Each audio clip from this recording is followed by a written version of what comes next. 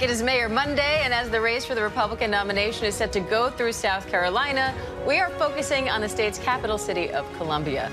Former UN Ambassador Nikki Haley hopes to leverage her home state to gain ground on former President Trump as the state hosts the third competitive contest of the primary season. President Biden carried Columbia County in the 2020 general election, which helped propel him to the White House. But Republicans are watching the state closely because of its open primaries. Any registered voter in the state is free to participate in the Republican vote as long as they don't vote in the Democratic Party. And Nikki Haley, of course, used to be governor there. Columbia's Republican Mayor Daniel Rickenmann joins me now for more on this. Mayor, thanks so much for coming on. I'm curious what you see as the top issues you feel on Columbia voters' minds ahead of the primaries there. Oh, I think today it is truly focused on public safety, mental health, housing, economic development, job creation. I mean, people are talking about front porch issues right now. What issues do you think are most critical on the local level there, and how is the city tackling them?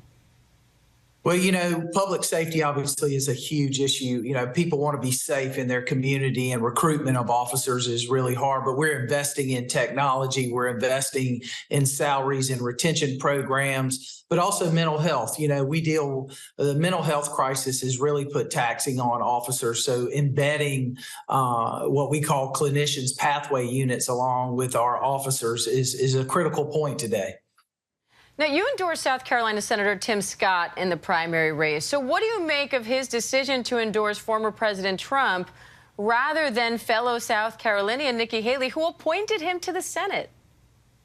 Yeah, you know, that was interesting. I don't know that would have been what a lot of people expected. You know, really we're hoping, you know, folks stick with South Carolina. I mean, we're a critical state.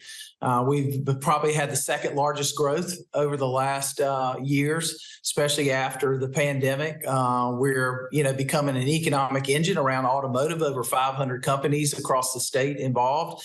So, you know, somebody who understands our state is important. And I think that's where we really want to keep our focus, is somebody that understands the needs. We are a melting pot here in South Carolina, huge international community, very diverse community. And I think when you look at today's voters, they're secondary markets. They don't look at the world the same way big cities do today. And I think our citizens speak for a good portion of America. Now, South Carolina has an open primary, and it was key to President Biden winning the Democratic nomination in 2020. And it looks like it could decide the race for the Republican nomination this time around. So what are you hearing from residents about whether they plan to vote in the Democratic primary this weekend or wait for the Republican primary?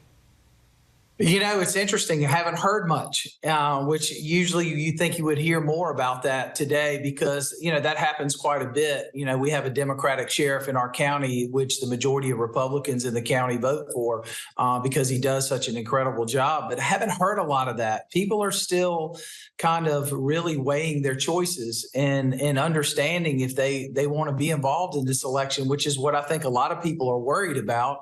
Are people going to stay home because they're not sure of the choices that are available? All right. Columbia, South Carolina Mayor Daniel Rickenmann. Mayor, thank you for coming on. Thank you, Diane. Hoping all goes smoothly for you in the primaries. Hi, everyone. George Stephanopoulos here. Thanks for checking out the ABC News YouTube channel. If you'd like to get more videos, show highlights, and watch live event coverage, click on the right over here to subscribe to our channel. And don't forget to download the ABC News app for breaking news alerts. Thanks for watching.